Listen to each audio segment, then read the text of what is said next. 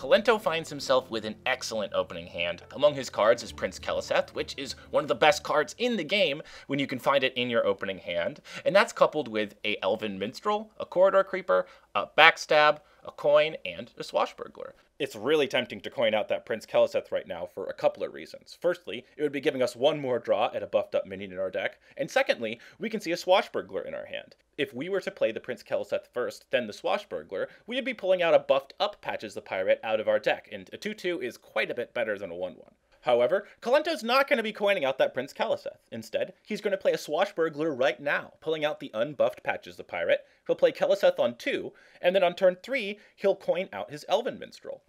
Seeing as the Swashbuckler, Keleseth, Elven Minstrel, and coin are all in Kolento's opening hand, I really like this 1-2-3 sequence out of Kolento. I think it's quite a bit better than if he were to have coined out Prince Keleseth for a variety of reasons. The first reason I like this play a lot more is mana efficiency. He gets to go 1-drop into 2-drop into 4-drop, using all of his mana for the first 3 turns. If he were to have coined out Prince Keleseth on turn 1, then he would be following that up likely with a 1-drop, leaving 1 mana stranded, and then he may or may not have anything to play at all on turn 3. Knowing that he's going to use the coin to play Elven Minstrel on turn 3, and that he's always going to be playing Prince Keleseth on turn 2, it also makes a lot of sense to play the Swashbuckler right now, even though it'll be pulling out an unbuffed Patches the Pirate, because if he doesn't play it on turn 1, the earliest he's going to be able to play it next is on turn 4. I think Kolento would much rather have the opportunity to get some chip damage in with these 2 pirates for the first 1, 2, 3 turns of the game, than strand a mana crystal on turn 1, and put himself in the position where he might actually draw Patches the Pirate off of the Elven Minstrel or just off of one of his draws. When you add everything up and consider the fact that we're playing against a Highlander Priest and we want to be playing to the board as much as possible, I think it's pretty clear that this 1-2-3 sequence out of Kolento makes the most sense. But how does this all change when we're playing that same matchup and we have almost that same opening hand, but there's no Elven Minstrel? Here we have ShtanUdachi against Purple in the Group C Decider match, and he has that Swashbuckler, he has that Prince Keleseth, he's going second, but there's no Elven Minstrel. Given that both of the 3-drops in ShtanUdachi's hand are combo cards, it's really not quite as clear what he wants to be doing on turns 3 and 4. Either way, he's left with the exact same choice that Kolento was left with on this turn 1. He can play the Swashbuckler, he can coin out Prince Keleseth, or he can just pass the turn. So, what's the move? I move quickly.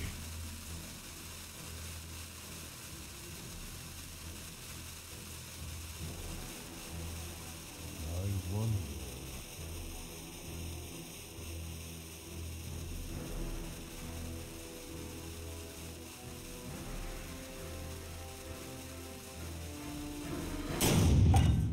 We're going to see ShtanUdachi go for that exact same line. He's going to play Swashbuckler on 1 before the Prince Keleseth and then draw into an Elven Minstrel, which will, of course, allow him to have the exact same 1-2-3 sequence that Kolento did. Even though he didn't know he would be drawing that Elven Minstrel on turn 2, I still like this turn 1 Swashbuckler, turn 2 Keleseth, hold on to the coin line out of ShtanUdachi much more. Given the fact that he has both an Edwin Van Cleef and an SI7 agent in his opening hand, this coin is really, really valuable. While in most games you might consider the coin to be worth something like a third or half of a card so that the player who goes second is up 1.5 cards over their opponent, in this situation the coin feels like an entire card worth of value. If the coin ever sets up a scenario where that SI7 agent is actually killing a minion with his combo trigger, or is enabling ShtanUdachi to play an additional spell to make an even bigger Edwin Van Cleef, it's just going to be getting so much more value than he would ever get if he were to play that Prince Keleseth 1 turn ahead, get 1 minion of draw that's larger, and get that Patches that's 1 larger. So when you put all those factors together, even though he's not guaranteed to have as good of a turn 3 or a turn 4 since he doesn't have that Elven Minstrel in his opener, it makes much more sense for ShtanUdachi to hold on to this coin.